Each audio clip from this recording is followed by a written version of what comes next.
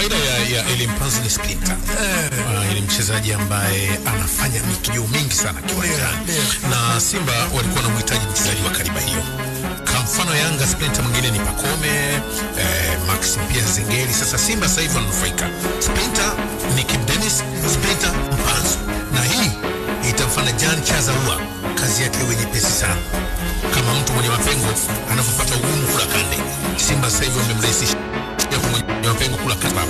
Nyuma inazungukwa na masprinter. Na hata ukiangalia Simba Sports Club inacheza Simba ndio staili nyepesi sana mfumo wa kufunga Yanga unaiona leo. Kuwa na masprinter kwenye midfield, kuwa na masprinter ambao wanakimbia eneo kubwa kuficha uwanja mkiwa mna mpira, kuwa na masprinter ambao wanaipeleka timu kwa kasi ili mpate kupiga mpira nyuma ya walinzi kama ambavyo walitengeneza goli lao. Faida ya kuwa na mtu kama Mpanzu.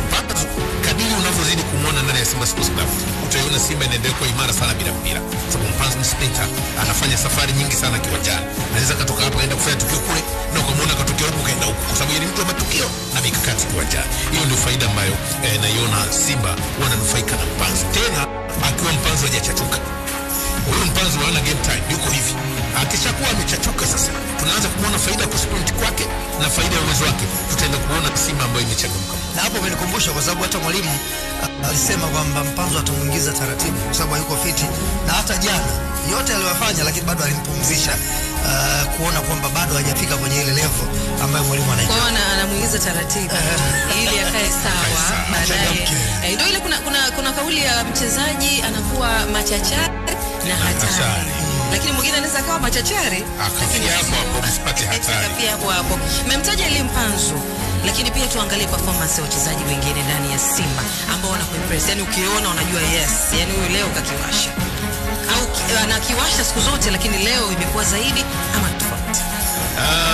Yusuf Kagoma kwa eneo la katikati.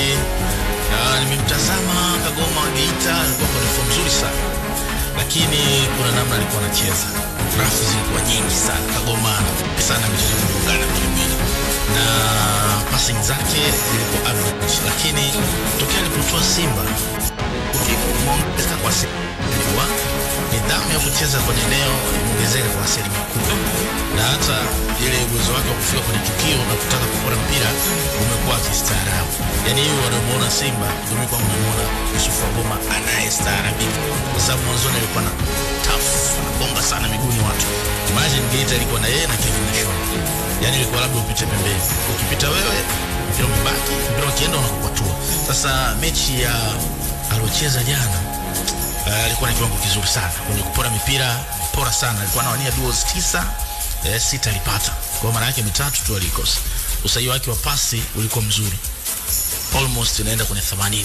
Kwa hiyo unatazama eneo lake namna alivyokuwa anamsaidia Ngoma pale kukaba na kuwazuia Sfaxeni ambao walikuwa na watu hatari. Kuna mchezaji alikuwa anaitwa Hui pale, alikuwa amefanana na mchezaji wa West Ham United Paqueta yule Brazil, jamaa alikuwa anatumia left, alikuwa anza vizuri sana. Kuna ile